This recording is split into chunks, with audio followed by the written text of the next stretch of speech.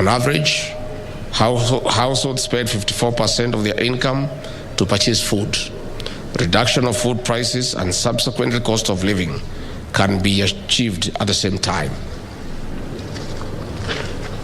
Agricultural growth creates more jobs than any other sector due to its linkage to many sectors of our economy. 2/3 of Kenyans derive their income from agriculture. Increasing income to farmers translates to many of our people having more income, which they can spend and spur even more economic growth. Agro-processing accounts to more than half of our total manufacturing sector. Agro-based manufacturing has placed us at a global competitive advantage since raw materials are locally sourced. Investment in agriculture will therefore undoubtedly spur growth of the manufacturing sector. Erratic rainfall, high cost of inputs, particularly fertilizer, among other factors have led to reduced production of maize and other food crops. The prevailing drought in the arid and semi-arid lands has worsened the food situation in those regions. However, moving forward, we project to produce much higher yields following the wide range of interventions that we have begun to put in place towards increasing our national productivity. Ladies and gentlemen, exhibitors, the livestock subsector plays a very important role, and its growth is expected to contribute towards food and nutrition security and the realization of Vision 2030. The population of the country's dairy cattle is estimated at 5.1 million heads. In the year 2020, milk production was estimated at 4.1 billion liters, valued at Kenya shillings 181.6 billion. At the current demand, the country is self-sufficient in milk production. The beef cattle population is estimated at 16.5 million. Although most beef is produced from rangelands, dairy cattle cows contribute substantially to the national supply. In 2020, the country produced 244,000 metric tons of beef, worth Kenya shillings 103.8 billion. Sheep and goats play a key role in pastoral households, food security, and income owing to their short generation intervals, high adaptability, and versatile feeding habits. The country has an estimated 36 million goats and 25.3 million sheep that produced 80.7 metric tons, 80,000 metric tons of chevron, worth Kenya shillings 36.6 billion, and 79,000 metric tons of mutton, worth another Kenya shillings 33.6 billion, respectively. Ladies and gentlemen, as a government, we are working round the clock to increase agricultural productivity that will eventually lead to increased supply and eventually lower food prices due to supply and demand market forces. There is therefore need to ensure that farm inputs are affordable to farmers. In particular, fertilizer has been flagged as an immediate intervention measure because of its immediate impact on agricultural productivity in both the medium and long term. It is against this background that one of our first pronouncements during the inauguration was to lower fertilizer prices from the current 6,500 to Kenya shillings 3,500 per 50 kg bag. To demonstrate this commitment, we have since rolled out the fertilizer subsidy program that has already made available 1.4 million bags of DAP fertilizer to farmers in regions that are planting this short rain season. Modalities to ensure availability of fertilizer for planting in the 2023 long rain season are in place. The net effect of these interventions is an overall increase in the agricultural output across the critical subsectors, including maize, tea, coffee, rice, wheat, and horticultural crops, among others. Ladies and gentlemen, as you are aware, climate change continues to be a challenge to food production systems in the country, as evidenced by frequent floods and drought. To respond to this and build production resilience, the government initiated and is supporting and promoting various adaptive programs. To cushion our farmers from adversities of climate change, the government has committed Kenya shillings 3 billion to implement the crop insurance program, whose objective is to manage risks in agriculture. To date, the project has covered 1.3 million farmers in 37 counties, targeting maize, Irish potato, and green grams value chains. Further, the government with the support from the World Bank, is implementing the Climate Smart Agricultural Project in 24 counties over a 5-year period, with the objective of increasing agricultural productivity and building resilience to climate change risks in the targeted smallholder farming and pastoral communities in Kenya, and in the event of an eligible crisis or emergency, to provide immediate and effective response. A total of Kenya shillings 27.9 billion is available for this program. Besides supporting community-led projects and mitigating against natural calamity-induced losses, the project also focuses on upscaling climate-smart agricultural practices and puts emphasis on interventions that promote and facilitate adoption of increased productivity, enhanced resilience, and support development of agro-weather forecasting and market information system and their dissemination tools. Ladies and gentlemen, I want to conclude by reiterating the government's commitment to the agricultural sectors as follows. Firstly, provide adequate and affordable working capital to farmers for increased productivity. Secondly, comprehensively manage agricultural-related risks to cushion farmers from uncertainty.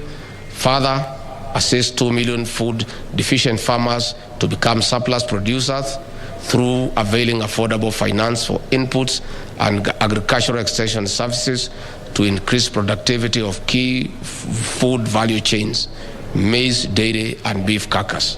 Additionally, reduce food imports by 30%.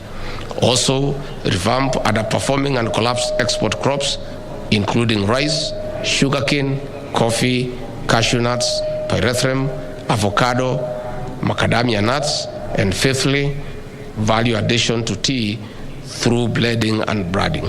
Finally, ladies and gentlemen, I once again commend the Agricultural Society of Kenya, the Ministry of Agriculture, Livestock, Fisheries and Cooperatives, the Governor and the County Government of Nairobi, exhibitors and all other stakeholders who contributed towards making this trade fair success.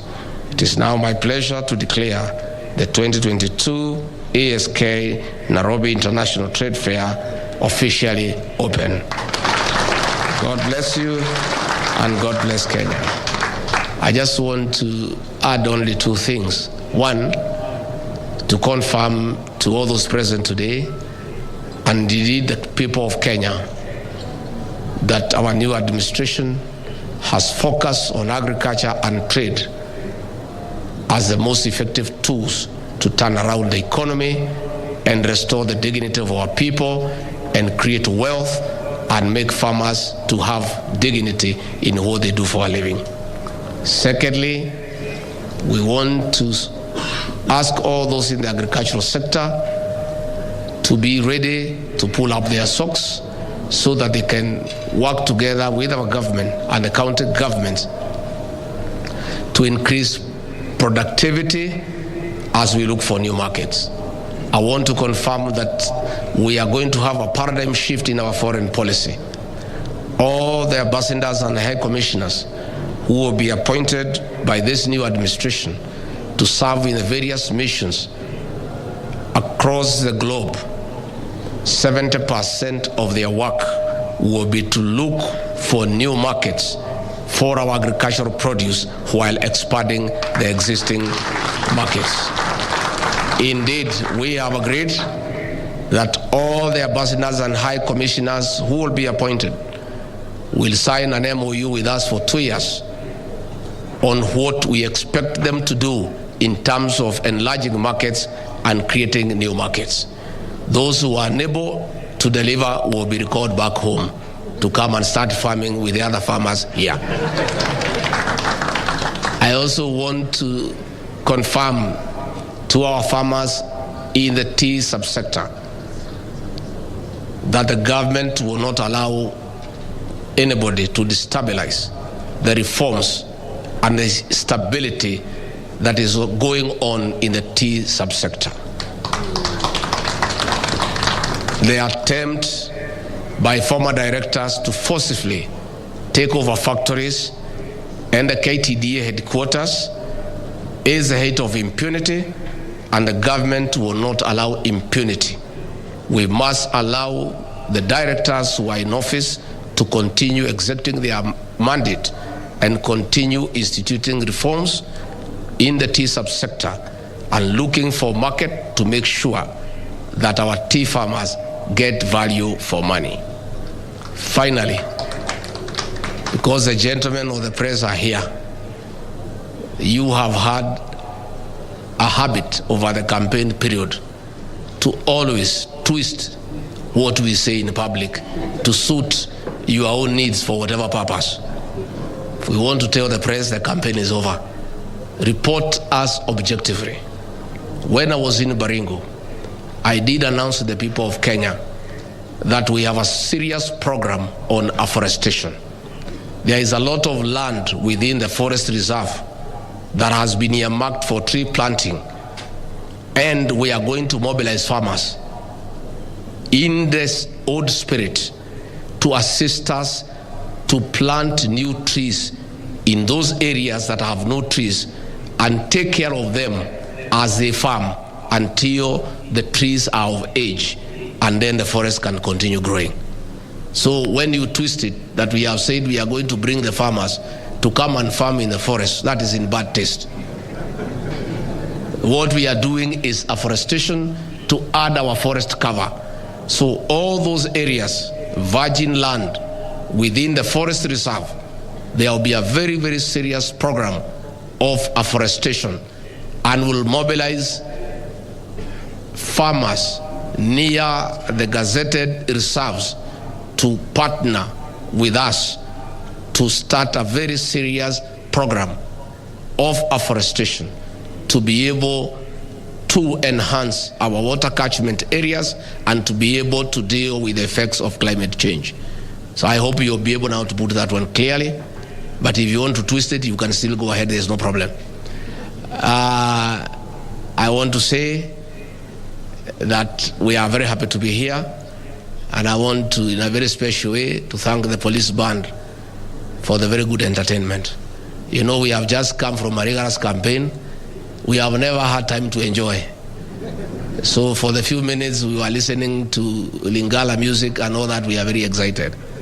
And you know, even after the serious campaign, we have come and found an economy that is limping.